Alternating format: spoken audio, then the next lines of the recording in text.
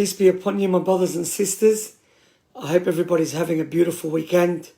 Looking at the weather, looks like it's going to rain for the next week after Monday. So take advantage of this beautiful sun. My brothers and sisters, I've been inundated with people asking me to talk about specific topics. And the ones I've been asked for the most, I try to prioritize first. Today, we're going to be talking about two-faced people. What is a two-faced person? Well, there's many ways you can answer this, but we're going to focus in a way when two people are friends, or when two people are in a relationship, or when two people work together, whatever the purpose is, when people are together and there's a misunderstanding, or they're of no benefit to you anymore. This is when things seem to get very scary and very ugly. I don't know why, but in the community, when people are friends, you don't hear anything bad about anyone. But the minute they don't benefit from them anymore in any shape or form, people seem to believe that they have the sense of entitlement to uncover private secrets of that person.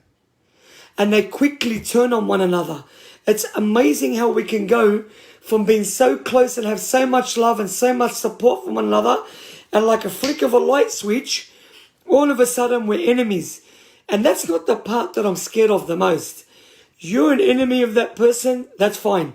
You have a misunderstanding with that person, that's fine. But why does the world need to know? Why does the world need to know about what that person has sinned when you were their friend, or done a mistake with, or the problems they have with their wife, or maybe some mistakes that they done to you, or some things they done wrong that you know about? Why does the world need to know this? Why do you feel that just because you and that person are not friends anymore, that now the world needs to know everything bad about that individual?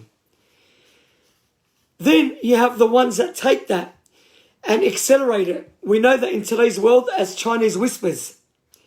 They take that from you rather than telling you to remain silent or cover or say, I'm not interested in knowing about others.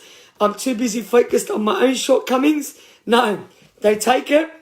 Then they grab their sprinklers, the salt, the pepper, the chili, herbs and spices.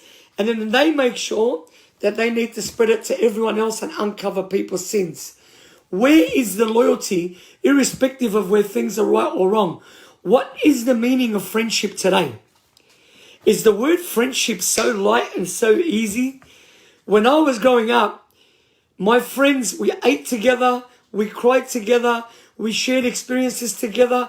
I still have friends from when I was 5 years old. Today, it's not called friends. It's called friends with benefit. We can't befriend someone unless we can gain something from them. Whether they have a nice car, a nice house, they're a drug dealer, they've got money, they've got drag cars, they're popular in the community.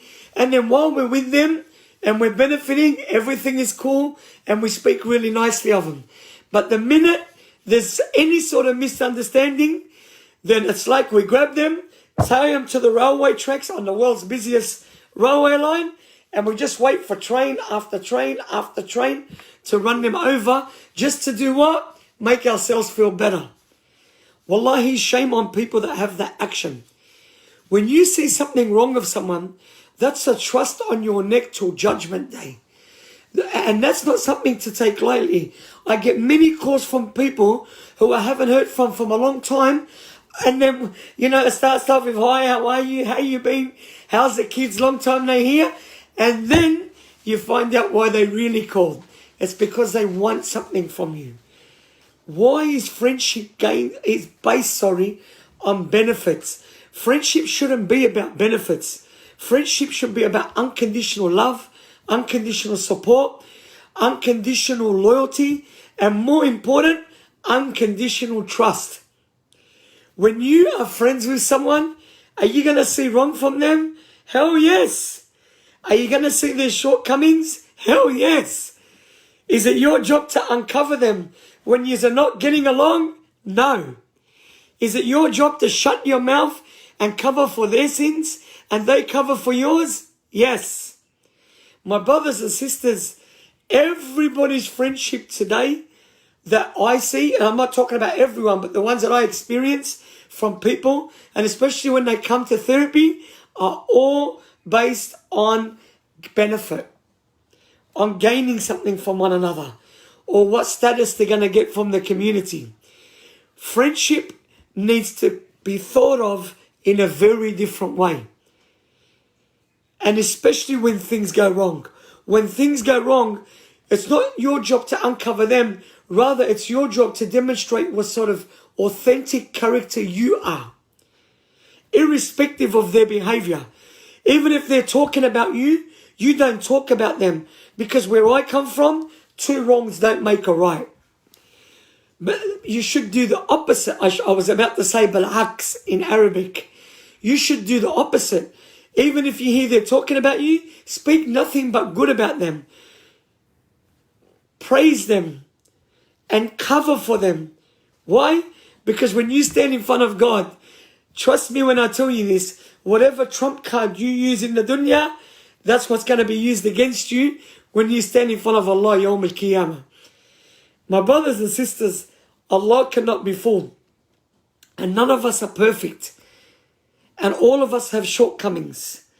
So regardless of the topic, whether someone's wronged you, or you've cut ties with a friendship, or something's gone wrong, you shouldn't have to feel the need to put each other down. And if there's a misunderstanding between you and a friend, it's really simple. Take a couple of days breather and think about where you went wrong in the friendship. Not how they wronged you just to feed your ego and get angry. Think about where your shortcomings were, how you can uplift the friendship, what you can bring back to this friendship, this relationship, and what value you can add, and maybe call that person after a couple of days and say, you know what, I'm not ringing to discuss who was right and who was wrong. I'm ringing to say I'm embarrassed that I allowed an awesome friendship to become so cheap. I think we should both learn from our mistakes and together build a stronger foundation so this doesn't happen again.